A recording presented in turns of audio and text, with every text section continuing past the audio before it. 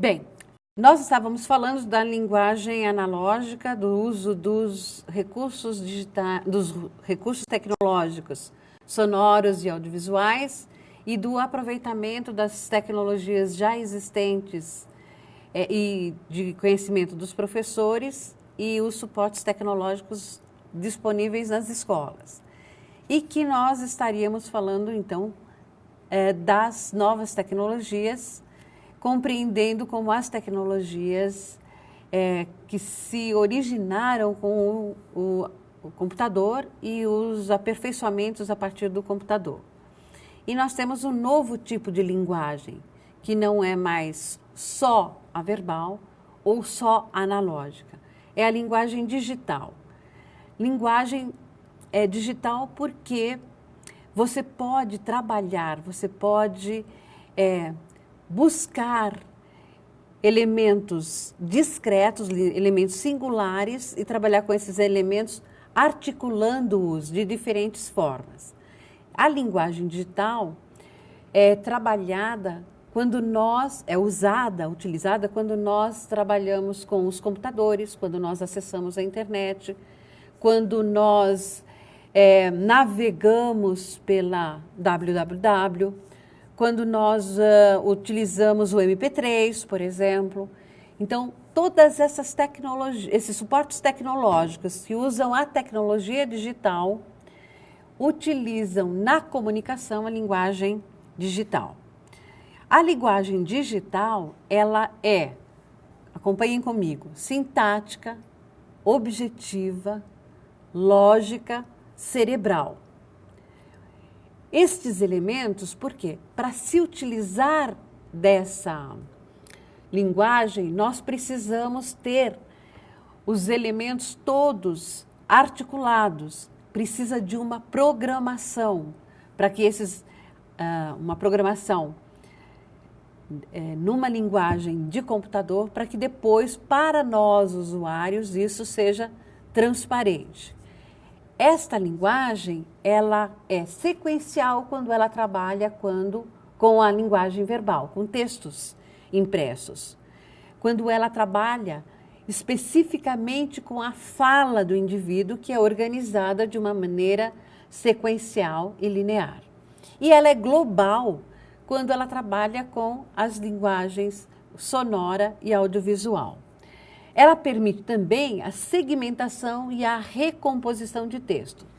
Então, quando nós estamos preparando uma aula, por exemplo, ou quando o aluno está preparando uma apresentação, utilizando, por exemplo, a apresentação PowerPoint, ele pode digitar um texto, incluir junto com esse texto uma imagem estática.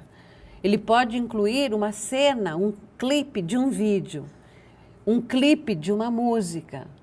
Ele pode fazer com que a pessoa, ao clicar numa imagem, ouça uma música.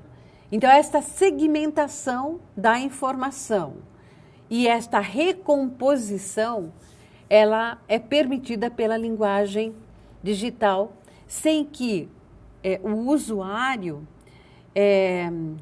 desconstrua o produto em linguagem verbal, ou o produto em linguagem sonora, ou em produto em linguagem audiovisual. Para ficar bem claro, eu posso digitalizar, quer dizer, eu posso passar para o computador uma imagem. Então, a imagem original, ela continua intacta. Eu não preciso cortar um pedaço dela, ela continua intacta. Mas eu a transferi digitalmente para fazer uma nova composição. Eu posso tirar só uma imagem dentro de uma imagem maior, só um trecho, só um pequeno pedaço dessa imagem, sem estragar, vamos dizer, a imagem original. Isso só é possível através da digitalização. A linguagem digital me permite ainda uma leitura multilinear não sequencial. Lógico, se eu tiver um texto, enquanto eu estiver dentro daquele texto, eu não tiver nenhum link, nenhum vínculo para outro lugar, eu vou estar fazendo uma leitura sequencial e linear. À medida em que em alguma daquelas palavras eu coloque um link, um vínculo, e leve para outra informação, essa leitura não é mais linear, ela é multilinear.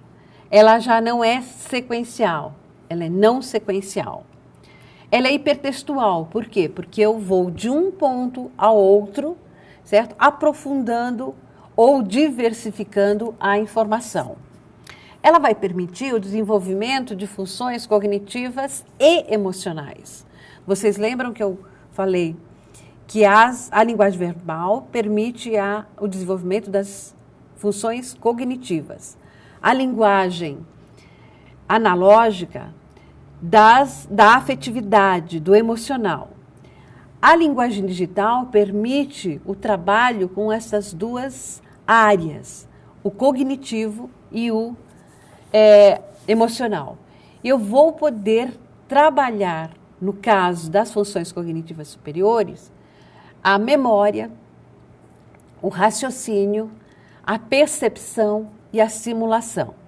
Nós vamos estar vendo cada um desses mais pausadamente. A memória, quando eu uso bancos de dados, artigos que estão guardados em determinados servidores, eu não tenho que trazer toda aquela informação para a minha cabeça, para a minha mente. Eu posso saber que está lá, compreendo que está lá, mas toda vez que eu preciso de uma informação mais detalhada, através do banco de dados e de um serviço de procura, eu posso chegar até aquela informação. Ela é extensora do raciocínio, porque o computador me permite fazer cálculos tão rápidos que, às vezes, o nosso raciocínio a nossa mente, com o nosso raciocínio, na velocidade em que trabalha, no sentido humano, levaria muito tempo para fazer. Então, a linguagem digital permite que eu trabalhe o meu raciocínio de uma forma mais veloz, vamos dizer assim, porque vai me dar os cálculos já realizados. A percepção, eu posso não estar em algum lugar, mas através da rede eu posso chegar em tempo real, através do Skype, por exemplo, eu posso conversar com meu irmão que está em Nova York, com a minha mãe que está em São Paulo. Então, ele amplia a minha possibilidade sensorial. E a simulação. Nós podemos, através dos programas de computadores, criar simulações de situações que eu não poderia praticar na realidade numa sala de aula. Por exemplo, o professor de educação física, ele pode fazer com que um aluno no programa de computador corra até se cansar, até provocar um infarto, no bonequinho no computador. Por quê? Porque aquilo é apenas uma simulação. O aluno vai compreender melhor este desgaste físico ou esta situação crítica e uma coisa que não poderia ser realizada na realidade. A linguagem digital, ela permite, então, que trabalhemos hipertextualmente e façamos experiências simuladas que não poderíamos estar fazendo no momento. A gente vai ver aqui a pouquinho como que essa linguagem digital é trabalhada com os computadores.